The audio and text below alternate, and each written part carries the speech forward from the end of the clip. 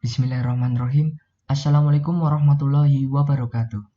Perkenalkan, nama saya Ivan Adnan Maulana. Di sini kita akan belajar ya dan mempraktekkan mengenai decision tree sederhana menggunakan sklearn. Sebelum itu, tentunya teman-teman di sini sudah paham kan mengenai data mining itu apa? Iya, data mining. Oke, jadi saya akan kasih tahu. Data mining adalah proses menggali data untuk data itu dijadikan oleh manusia, bisa sebagai informasi atau ilmu pengetahuan. Di dalam menggali data yang ada, banyak sekali metode-metode yang digunakan. Dan metode itu salah satunya adalah decision tree. Jadi di sini kita mau bahas decision tree dulu nih. Oke. Paham ya? Dan di sini saya sudah menyiapkan modul mengenai tentang pengertian decision tree. Kita buka aja, dan ini modulnya. Pada bab 2, algoritma klasifikasi, estimasi, dan prediksi, decision tree menurut Susanto dan kawan-kawan merupakan salah satu metode klasifikasi yang menggunakan representasi struktur pohon, di mana setiap node mempresentasikan atribut, cabangnya mempresentasikan nilai dari atribut, dan daun mempresentasikan kelas. Node yang paling atas dari decision tree disebut sebagai root. Sampai di situ paham ya? Terus selanjutnya itu decision tree merupakan salah satu teknik klasifikasi data mining yang paling populer. Jadi paling banyak digunakan nih di data mining itu menggunakan decision tree. Decision tree ini sesuai digunakan untuk kasus yang memiliki ciri sebagai berikut. Nah, ini ada beberapa ciri-ciri yang menurut Susanto dan kawan-kawan nih. Ada 3. Yang pertama, data atau contoh dinyatakan dengan pasangan atribut atau nilainya. Yang kedua, label atau output data biasanya bernilai diskrit. Lalu yang ketiga, data mempunyai missing value. Nah, ketiga hal ini yang ciri-ciri yang disebutkan oleh Susanto dan kawan-kawan sebagai ciri-ciri decision tree ini. Nah, kita kan mau bahas mengenai decision tree menggunakan sklearn. Ya, sklearn. Sklearn ini teman-teman udah tahu apa belum nih? Pasti belum kan? Jadi saya kasih tahu lagi. Sklearn adalah modul untuk bahasa pemrograman Python yang dibangun di atas NumPy, Skippy, dan Matplotlib. Fungsinya dapat membantu melakukan processing data ataupun melakukan training data untuk kebutuhan machine learning. Itu teman-teman.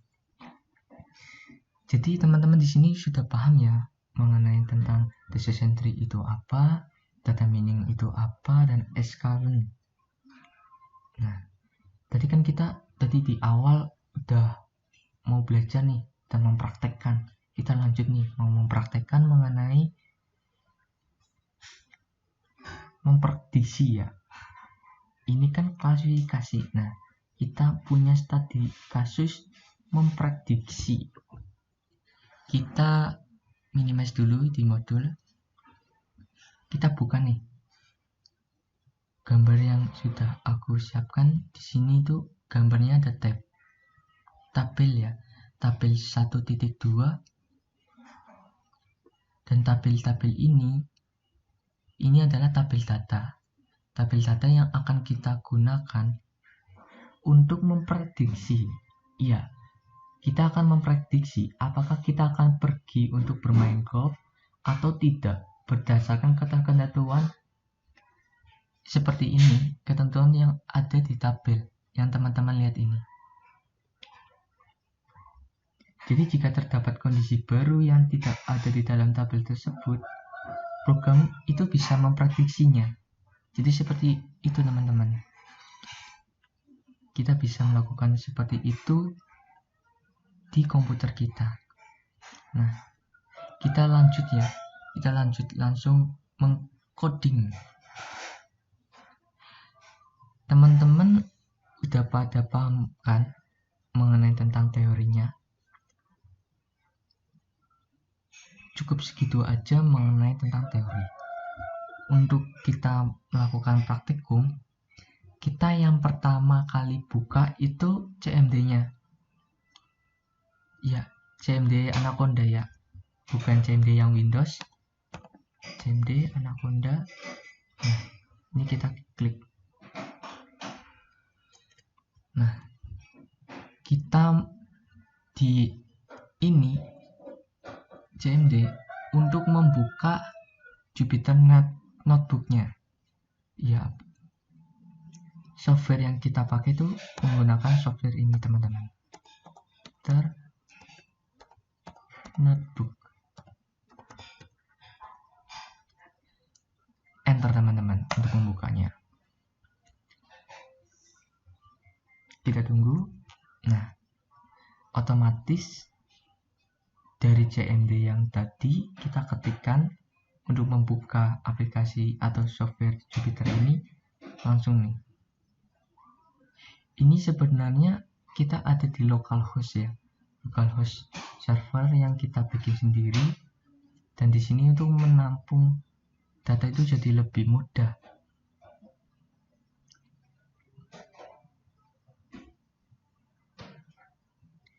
Yang pertama kali kita lakukan, kita buat filenya dulu aja. Oke, kita buat filenya. Alat maksud saya itu foldernya dulu ya, folder dan file. Kita buka foldernya, lihat bawah ada nggak yang baru. Nah, ini ada nih, ini nutupin, kita close. Ini ada kan, ada yang folder yang belum dikasih judul kan, yang tadi kita buat. Nah, kita pilih salah satu aja sini, terus kita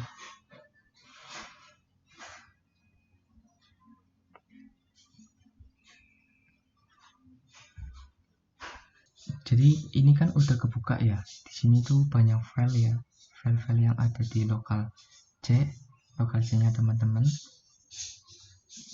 Nah, di sini kita buat folder baru aja. Folder baru kita namakan. Nah, ini kita namain aja. Kita klik centang, kita rename, ganti nama Zion 3 ya, beli satu aja. Kita rename. Nah, kita buat folder baru. Jadi mana? Yang ini kan ya. Oke ya, kita klik ya, double klik, kita new, kita buat notebooknya ya, notebook Python 3. Kita menggunakan notebook Python 3 di Jupyternya. Oke.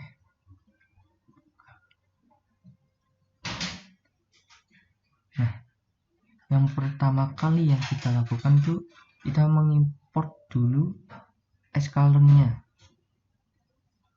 Iya. Kita import dulu escalernya. Code-nya apa? Code-nya seperti ini. From escalern import 3. Ctrl enter untuk merah. Udah ya. Terus kita tambahkan lagi. Nah, setelah kita sudah mengimportkan escalernya, kita tinggal mengset datanya atau membuat datanya. Dan saya di sini menggunakan cara manual, tapi sudah saya persiapkan nih.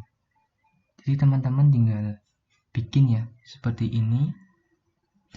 Kalau ini tuh hanya komentar saja. Komentar bahwa untuk menyeting datanya itu seperti ini. Yang digunakan code-nya itu dari X sampai segini. Terus kita copy saja ya, biar mempercepat. Ctrl copy. Nah, jadi seperti ini teman-teman. Terus kita jalankan. Udah, kita tambahkan lagi. Nah, ketika data itu udah ada, kita tinggal bikin nih untuk decision tree-nya nih, kayak logikanya itu gimana untuk kita bisa memprediksi itu seperti apa. Yang pertama, ikuti aja arahan saya, simak baik-baik ya. Dev prop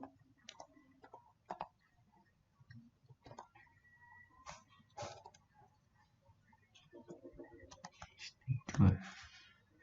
Oke, terus di enter. Outlook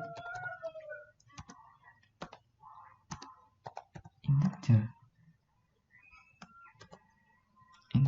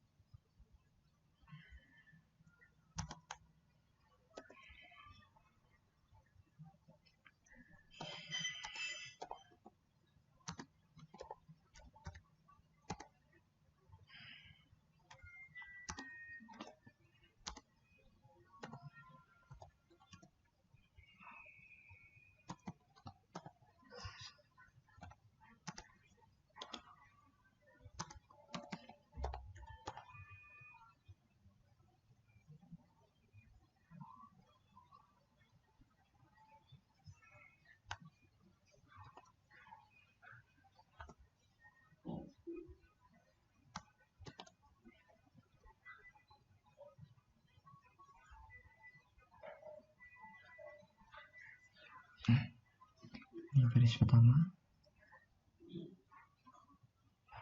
kita enter.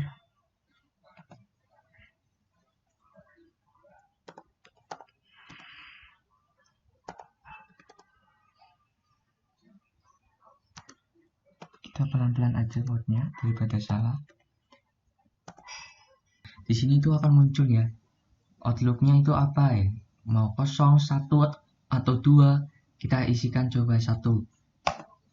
Terus kita isikan 1 lagi, kita isikan 0, 1. Hasilnya apa? Nah, hasil dari metode ini itu jadi kita bisa menyimpulkan saya akan berangkat golf. Jadi segitu aja dari saya, cukup sekian, terima kasih. Wassalamualaikum warahmatullahi wabarakatuh.